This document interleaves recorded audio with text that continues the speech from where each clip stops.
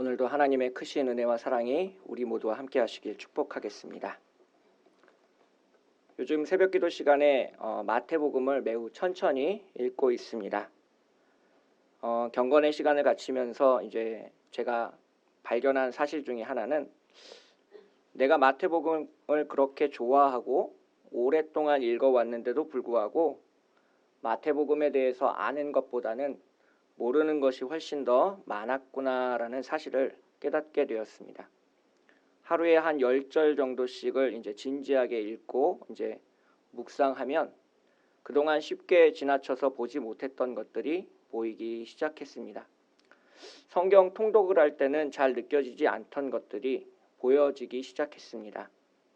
비유로 설명하면 몸이 아픈 줄 모르고 병원에 가서 청진기로 몸 이곳저곳을 뒤져보니까 내 몸에 아픈 곳을 발견하는 것과 같이 아주 자세히 성경을 들여보다 보면 이전에 깨닫지 못했던 은혜들을 발견하게 되는 그러한 경험을 하게 됩니다. 오늘 읽은 본문은 우리에게 매우 익숙한 성경 본문입니다. 백부장이 예수님 앞에 나와왔고 백부장은 자신의 하인의 병을 예수님께서 고쳐주시기를 간구하게 됩니다. 주님은 백부장의 집을 방문해서 고쳐주겠다라고 말씀하시고 백부장은 자신의 집으로 오심을 감당할 수 없노라라고 말하며 말씀만 하시면 내 하인이 나을 줄 믿습니다라고 고백합니다. 예수님은 이러한 백부장의 믿음을 칭찬하시면서 이스라엘 중에서 이만한 믿음을 보지 못하였다라고 많은 사람들에게 선포하십니다. 그리고 예수님은 백부장에게 가라, 내 믿음대로 될지어다 라고 말씀하시니 그 백부장의 하인의 병이 즉시 나음을 받았습니다. 오늘 본문을 표면적으로 보면 백부장이 주님께 간구했고 주님이 백부장의 믿음을 칭찬하시고 백부장의 하인이 고침을 받는 전형적인 치유의 기적이다라고 보기 쉽습니다. 하지만 천천히 자세히 살펴보면 표면적인 것보다 더 큰 의미가 오늘 본문 속에 담겨져 있다라는 것을 알게 되는데요. 천천히 함께 오늘 본문을 살펴보도록 하겠습니다. 먼저 마태복음 8장과 9장에는 총 10가지의 기적이 담겨져 있습니다. 8장에 5가지, 9장에 5가지의 기적이 기록되어 있습니다. 8장 1절부터 4절까지를 보시면 나병 환자가 고침을 받고요. 오늘 본문 5절부터 13절까지에서는 백부장의 하인이 고침을 받습니다. 14절부터 17절까지는 베드로의 장모가 치유를 받고 8장 23절부터 27절까지는 풍랑을 잔잔케 하시는 기적이 나타납니다.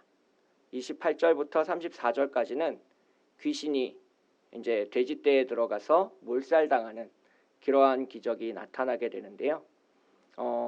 9장에서도 마찬가지로 이렇게 중풍병자가 치유받고 야이로의 딸이 살아나고 혈류병 걸렸던 여인이 고침을 받고 2사람의 맹인이 고침을 받고 귀신 들려 말 못하는 사람이 고침을 받는 5가지의 기적이 기록되어져 있습니다. 마태복음 5장부터 7장까지 예수님께서 산 위에서 산상수훈을 말씀하시고 이제 땅 위에 내려오셔서 예수님은 8장부터 9장까지 이제 기적을 베푸시는 장면을 우리에게 보여주고 있습니다. 마태복음 5장부터 9장까지를 연속해서 읽은 사람은 구약의 어떤 사건이 머릿속에 떠오르도록 마태는 우리에게 배려하고 기록하고 있습니다. 10가지의 기적, 이렇게 말하면 떠오르는 구약의 사건이 있지 않으십니까? 우리가 잘 알고 있는 출애굽할 때 모세가 이집트에서 행했던 10가지의 기적이 떠오르게 됩니다. 모세가 하나님의 명령으로 이집트의 10가지 기적을 행했고 그래서 출애굽은 시작되었습니다. 이스라엘 백성들은 광야를 거쳐 약속의 땅, 가나안 땅으로 들어갈 수 있게 되었는데요. 이 마태는 마태복음을 기록하면서 10가지의 기적을 8장, 9장에 기록함으로써 우리에게 새로운 출애굽이 시작될 것이다라는 것을 알려주고 있습니다. 실제로 마태복음 10장에서는 예수님께서 12제자를 부르심으로써 예수님의 제자 공동체가 탄생했다라는 것을 보여주고 있는데요. 모세보다 더 위대한 하나님의 아들, 그리고 우리의 목자로서 예수님께서 우리를 인도해 주신다라는 것을 미리 알려주고 있는 것입니다. 하나님의 아들 예수 그리스도께서 모세처럼 10가지의 기적을 행하시고 우리를 약속의 땅, 하나님의 나라 천국으로 인도하실 것을 약속하고 있는 장면입니다. 그러니 세상 속에서 무엇을 먹을까, 무엇을 마실까, 무엇을 입을까 염려하지 말고 우리의 목자, 위대하신 주님 예수 그리스도를 바라보면서 주님을 따르는 오늘을 살아가라라고 마태는 이야기하고 있습니다. 마태는 그렇게 오늘의 본문 뒤에 숨어서 우리에게 예수님이 어떤 분이신지, 그리고 우리가 왜 예수님을 따라야 되는지에 대해서 진지하게 선포하고 있습니다. 10가지의 기적 중에서 백부장의 하인이 고침받는 기적은 두 번째 기적에 해당합니다. 8장, 9장에 등장하는 이 10가지의 기적은 각각 나름대로의 의미를 우리에게 전해주고 있는데요. 1절부터 4절까지 등장하는 나병 환자가 치유받는 기적은 예수님께서 산 아래로 내려오셔서 처음 베푼 기적이 되겠습니다. 처음 기적을 베푼 사람이 나병 환자라는 데 초점을 맞추고 있습니다. 죄로 인해서 나병에 걸린 사람, 질병으로 인해서 공동체에서 분리된 사람, 공동체로부터 단절된 사람, 다른 사람들로부터 부정하다라고 손가락질 받는 사람이 예수님으로 인해서 온전히 회복되는 것이 1절부터 4절까지 등장하는 나병 환자 치유 기적의 의미입니다. 그래서 예수님은 그 기적을 통해서 부정한 사람이 정결한 사람으로 변화되어 온전히 회복된다는 것을 선포하고 계십니다. 이것은 나중에 예수님께서 십자가 위에서 죽으심으로 말미암아서 우리의 죄가, 우리의 모든 죄가, 우리의 죽음이 사라지고 죄가 깨끗해질 것이다라는 것을 미리 보여주는 사건입니다. 유대인들의 율법은 이 나병 환자를 부정하다라고 멀리하며 제거하여 자신들의 깨끗함을 유지했습니다. 반대로 예수님의 말씀은 부정한 모든 것을 온전히 회복하여 다 함께 거룩한 하나님 나라로 들어갈 수 있도록 새롭게 변화시키는 데 초점을 맞추고 있습니다. 백부장의 하인이 고침받는 장면 또한 우리에게 강조하는 것이 있습니다. 오늘 본문 속에 등장하는 백부장, 첫 번째로 이방인입니다. 당시의 유대인들은 이방인의 집을 방문하지 않았습니다. 유대인들은 이방인의 집에 들어가고 나면 자신들이 부정해진다라고 생각했기 때문에 그렇습니다. 백부장도 이런 당시의 사회 분위기를 잘 알고 있었습니다. 그래서 주여, 내 집에 들어오심을 나는 감당할 수 없습니다라고 말하고 있습니다. 하지만 예수님에게는 유대인과 이방인이라는 그 분리와 차별이 더 이상 중요한 것이 아닙니다. 직접 그 집으로 가셔서, 이방인의 집으로 가셔서 그 종의 질병을 치유해 주시겠다는 것이 원래 예수님의 계획이었기 때문에 그렇습니다. 오늘 본문 속에 등장하는 백부장의 모습은 자신의 하인을 걱정하는 마음이 따뜻한 사람이었습니다. 백부장의 직업은 군대 지휘관입니다. 수많은 아랫사람을 부리는 군인이었습니다. 그러한 군인이 자신의 하인을 위해서 다른 사람에게 부탁하는 것은 쉬운 일이 아닙니다. 수많은 하인이 있었고 하인은 자신의 재상 목록 중에 하나쯤으로 여겨지고 있었는데 그 중에 한 명이 아프다고 해서 예수님 앞에 나와 아쉬운 소리를 한다는 것은 백부장의 사회적 지위와 체면을 고려해 보면 매우 어려운 일이었습니다. 하지만 그 백부장은 마음이 따뜻한 사람이었고 아랫사람을 위해서 예수님께 정중히 간구했습니다. 마지막으로 세 번째, 이것이 중요한데요. 백부장은 예수님의 능력을 믿었습니다. 보통 예수님께 기적을 바라고 찾아오는 사람들의 모습은 그렇습니다. 반신반의하고 예수님을 찾아오는 사람들이 대부분입니다. 혹시나 하는 마음에 예수님을 찾아왔다가 병고침을 받으면 다행이다, 운이 좋았다라고 생각을 하게 되고, 고침을 받지 못하면 그냥 돌아가는 것이 대부분의 사람들의 믿음이었습니다. 그러나 오늘 본문 속에 등장하는 백부장의 믿음은 달랐습니다. 그는 예수님 앞에 겸손했고 예수님을 믿었습니다. 그는 예수님을 확실히 믿었기 때문에 이렇게 말할 수 있었습니다. 다만 말씀으로만 하옵소서. 그러면 내 하인이 낫게 싸움나이다. 나도 남의 수하에 있는 사람이요 내 아래에도 군사가 있으니 이더러 가라 하면 가고 저더러 오라 하면 오고 내 종더러 이것을 하라 하면 하나이다. 즉 질병이라는 보이지 않는 세계가 예수님의 손 아래에 놓여 있다라고 백부장은 확신했습니다. 예수님께서 그들에게 말씀하시면 물러갈 것이다라는 확실한 믿음을 보여주고 있습니다. 오늘 본문 속에 등장하는 이 백부장의 믿음을 한마디로 요약하면 겸손한 믿음입니다. 그는 예수님 앞에 겸손했고 그는 확실하게 예수님을 믿었습니다. 백부장은 자신이 가지고 있는 권위를 이용해서 예수님께 함부로 명령하지 않았습니다. 오히려 자신이 가지고 있는 모든 권위들을 다 내려놓고 예수님께 정중히 부탁했습니다. 그리고 예수님께서 확실하게 치유하실 수 있다라는 것을 믿었습니다. 오늘 본문 속에서 등장하는 백부장의 믿음은 그래서 매우 귀한 것입니다.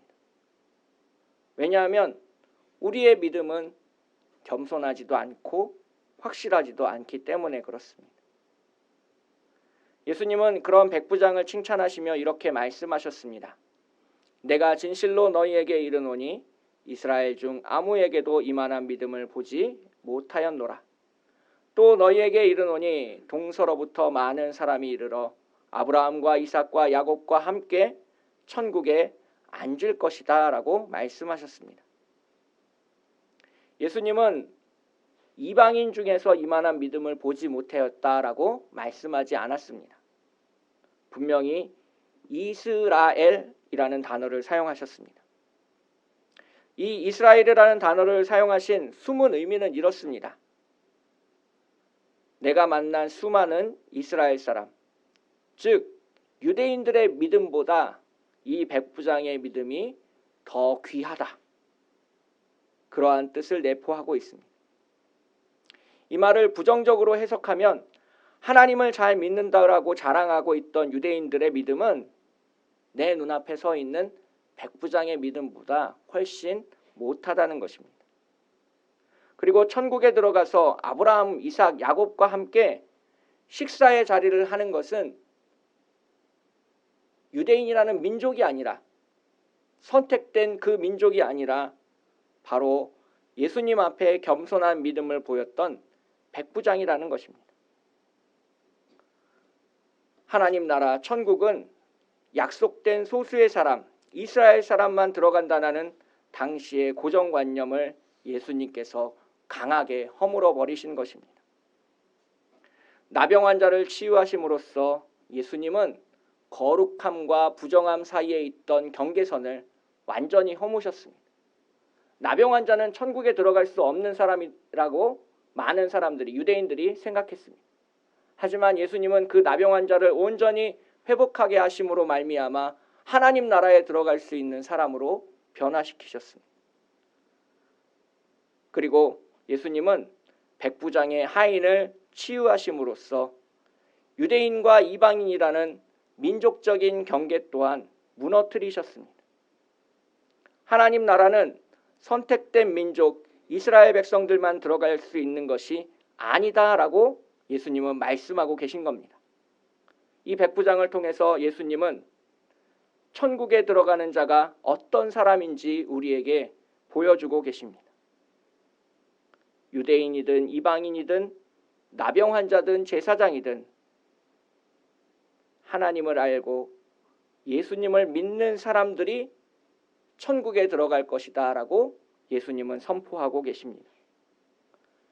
겸손하게 하나님을 믿는 사람들이 들어갈 것이다 라고 말씀하고 계십니다. 주님 앞에 온전히 고백하는 사람들이 들어갈 것이다 라고 예수님은 선포하고 계십니다. 교만한 사람, 확실하게 믿지 못하는 사람들은 천국에 들어가지 못할 것이다 라고 심판의 메시지 또한 우리에게 전하고 계십니다. 오늘 본문 12절을 보면 무서운 심판의 메시지가 담겨져 있는 것이 바로 그러한 까닭입니다. 그 나라의 본 자손들은 바깥 어두운 데 쫓겨나 거기서 울며 이를 갈게 되리라. 그 나라의 본 자손이 누구입니까?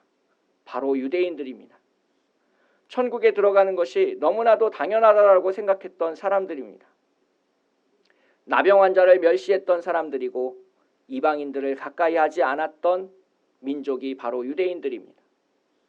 예수님 앞에 서서 자신을 고백하기는커녕 예수님을 죽이려고 했던 사람들이 바로 유대인들입니다. 오늘 본문 속에서 예수님은 그러한 유대인들을 향해서 이렇게 말씀하고 계신 것입니다. 너희가 유대인이라서 하나님 나라에 들어가는 것이 아니다. 보아라, 이 백부장은 이방인이다. 하지만 그는 예수님 앞에서 겸손하고 자신의 믿음을 고백했다. 나는 이만한 믿음을 유대인들 중에서는 찾지 못하였다. 동서남북 어디에서나 백부장이 가진 믿음을 보여주는 사람이라면 천국에서 함께 식사를 나눌 것이다. 그러나 선택된 백성이라며 교만한 너희는 바깥 어두운 데로 쫓겨날 것이다. 하나님 나라는 오직 믿음으로만 들어갈 것이다 라고 예수님께서 말씀하고 계십니다. 오늘 본문 말씀을 세 가지로 요약하면서 설교를 갈무리하려고 합니다. 지난주 설교할 때 말씀드렸는데 혹시 기억하실지 모르겠습니다. 우리는 설교를 들으면서 세 가지를 기대한다라고 말씀드렸습니다. 설교 속에서 어떤 지식적인 정보를 기대하는 사람이 있습니다. 또 다른 사람들은 그 본문 속에 숨어 있는 하나님의 은혜를 기대하는 분들도 계십니다. 또한 마지막으로 세 번째 부류는 그 본문 속에서 우리에게 도전하시는 예수님의 말씀을 찾아 도전받기를 원하시는 분들도 계십니다. 이것을 좀 더 가다듬으면 우리는 성경을 읽으면서 세 가지 방식으로 성경을 읽을 수 있습니다. 첫 번째는 지식을 위한 읽기입니다. 오늘 본문의 배경이 되는 가버나움이라는 도시를 아는 것, 마태복음 8장에 등장하고 있는 5가지의 기적의 의미하는 것을 깨닫는 것이 바로 지식을 위한 성경 읽기가 되겠습니다. 두 번째는 은혜를 간구하면서 성경을 읽을 수 있습니다. 오늘 본문 속에 숨어 있는 하나님의 은혜는 이것입니다. 제가 주보 앞면에 요약을 실으면서 밑줄을 쳐놓은 부분인데요. 설령 이방인이라 하더라도 예수님 앞에 나아가 겸손하게 고백하는 사람이라면 누구나 은혜를 받을 수 있다. 누구나 고침을 받을 수 있다. 이것이 오늘 본문 속에 숨어 있는 하나님의 은혜입니다. 유대인으로 태어나지 않았더라도 혹시 나병에 걸렸다고 할지라도 예수님 앞에 나와 겸손하게 고백하는 사람, 주 예수 그리스도를 믿는 사람이라면 누구나 차별 없이 고침받고 은혜받고 하나님 나라에 들어갈 수 있다는 것입니다. 오늘 우리가 이렇게 예배를 드리는 까닭도 그 은혜에 기대고 있습니다. 우리는 유대인이 아닙니다. 우리는 한국인입니다. 하지만 우리가 주님 앞에 겸손히 주님을 고백하며 주 예수 그리스도를 믿기 때문에 주님이 우리를 구원하실 것을 믿고 기대하며 하나님 나라를 소망하며 지금 이렇게 예배를 드리고 있는 것입니다. 마지막 세 번째는 도전받기 위한 성경 읽기입니다. 오늘 본문을 처음 읽는 사람들은 유대인들입니다. 마태복음은 유대인들을 위해서 쓰여진 복음서입니다. 마태는 이것을 가상의 독자로 유대인들을 머릿속에 염두에 두고 마태복음을 기록하였습니다. 이방인이었던 백부장의 간구는 응답을 받았다. 유대인들은 하나님 나라의 본 자손으로서 어떻게 생각하느냐라고 질문하고 있는 것입니다. 마태는 오늘 본문을 유대인들이 읽으면서 도전받기를 원했습니다. 사회적으로 높은 지위를 가진 백부장이 자신이 가지고 있는 모든 지위를 다 내려놓고 주 예수 그리스도 앞에 서서 자신의 하인을 위해서 간구하는 것처럼 겸손하고 그리고 온전히 주님을 믿으며 고백할 수 있겠느냐라고 유대인들에게 묻고 있는 것입니다. 너희들이 십자가에 못 박았던 그 주 예수 그리스도가 다시 살아나셨으니 그 부활하신 주님을 너희가 믿고 고백하며 그분 앞에 겸손하게 나아갈 수 있느냐라고 마태복음을 통해서 유대인들에게 도전하고 있고 질문하고 있는 것입니다. 이 질문과 도전은 오늘을 살아가고 있는 우리에게도 유효합니다. 오랫동안 신앙생활을 해왔고 어느덧 제가 목사라는 직분을 가져버렸기 때문에 조금씩 유대인으로 변해가고 있는 나 자신을 발견하게 됩니다. 구원이 너무나도 당연하다라고 생각하며 교만해져 가고 있는 내 자신을 오늘 본문 속에서 발견하게 됩니다. 그러한 내 자신을 향해서 주님께서 말씀하고 계십니다. 이방인들이 가졌던 그 백부장이 가졌던 그 순수한 믿음을 기억하고 있느냐? 주님 앞에 겸손히 나와 무릎 꿇고 고백했던 그때를 기억하고 있느냐라고 우리에게 도전하고 있습니다. 제가 오늘 본문을 준비하면서 예전에 썼던 글들을 다시 되돌아보았습니다. 2017년 1월 29일에 썼던 일기였습니다. 그게 이제 SNS에서 같은 날짜가 돼서 그 일기를 썼던 내용들을 보여주었는데 그 안에 그렇게 기록되어 있었습니다. 오늘 예배 시간에 한 사람이 제일 뒤에 앉아서 설교가 시작할 때부터 끝날 때까지 울기 시작했다. 나는 모르는 사람이었다. 처음 보는 사람이었다. 그가 왜 울었는지, 무엇 때문에 울었는지 난 정확하게 알 수가 없다. 하지만 그는 자신의 죄를 고백하며 예수 그리스도의 은혜를 맛보고 눈물을 흘렸다는 것을 직감할 수 있었다. 나도 저 사람과 같은 때가 있었다.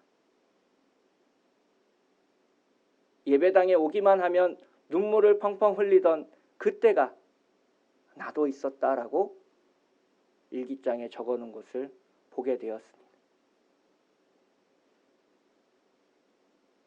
오늘 본문 속에서 나의 믿음이 백부장의 믿음에서 점점 유대인의 믿음으로 바뀌어가고 있는 그러한 모습을 보게 되었습니다. 그러한 우리에게 예수님은 도전하고 계십니다. 순수하고 겸손하고 온전한 믿음인가? 너의 모든 것을 다 내려놓고 주님 앞에 나와 고백할 수 있는 믿음인가? 우리에게 질문하고 계십니다. 함께 기도하겠습니다. 사랑과 은혜가 풍성하신 하나님 아버지, 주님의 은혜 가운데 서게 하여 주시옵소서. 온전히 주님을 따르던 그 처음 믿음을 우리가 회복하게 하여 주시옵소서. 하나님의 놀라우신 은혜와 사랑으로 주님께 붙잡혀 오늘을 살게 하시고 주님 말씀만 하옵소서라고 말하는 백부장의 믿음을 우리가 다시 회복하게 하여 주시옵소서. 너무나 오랜 시간이 지나서 너무나 많이 알고 있어서 주님을 잘 안다라고 착각하며 살아왔습니다. 주님, 우리의 부족함을 깨우쳐 주시고 온전히 주님의 은혜에 기대어 오늘을 살게 하시고 하나님의 은혜만 바라보게 인도하여 주시옵소서. 거룩하고 아름다우신 우리를 사랑하시는 예수님의 이름으로 간절히 기도합니다.